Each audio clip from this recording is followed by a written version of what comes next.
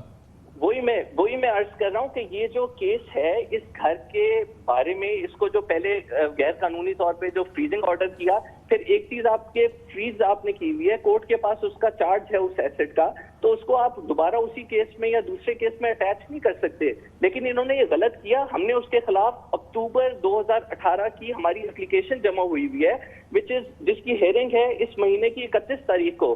انہوں نے accountability court کے فیصلے کا ویٹ نہیں کیا. اسی طرح ڈاکٹر صاحب جو پروکلیم اوفینڈر ڈکلیئر ہوئے میں اس کے خلاف وی گون ٹو سپریم کورٹ، اور سپریم کورٹ میں سب جوڈیس ہے یہ میٹر، اور اس کے بھی فیصلے کا ان کو انتظار کرنا چاہیے تھا یہ قدم لینے سے پہلے کہ یہ اس گھر کو سیل کیا جائے. لیکن آپ یہ چیزیں یہ بھی آپ پلیڈ کر سکتے ہیں بیفور سپیریئر کورٹ. اس ایکشن کے خلاف بھی آپ اپیل کر سکتے ہیں، تو وہ تو کرنی ہوگی کیونکہ ڈاکٹر صاحب بھی نہیں آ رہے اور آپ لوگ بھی اپنے آپ کو پریزنٹ نہیں کر رہے نا.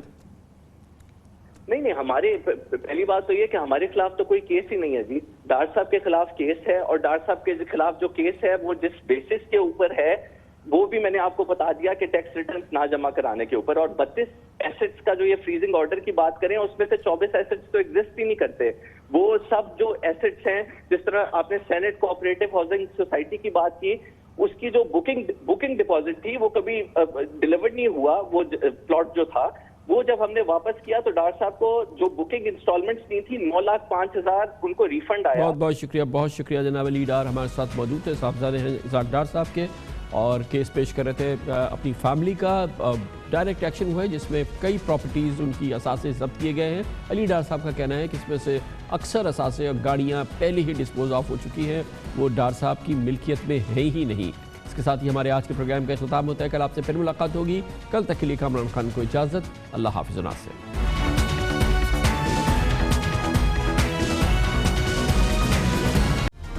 Hi, it's Sayyeda Shanaz here. Thank you for watching Dunya News. For more videos and updates, don't forget to click the subscribe button. Keep watching Dunya News.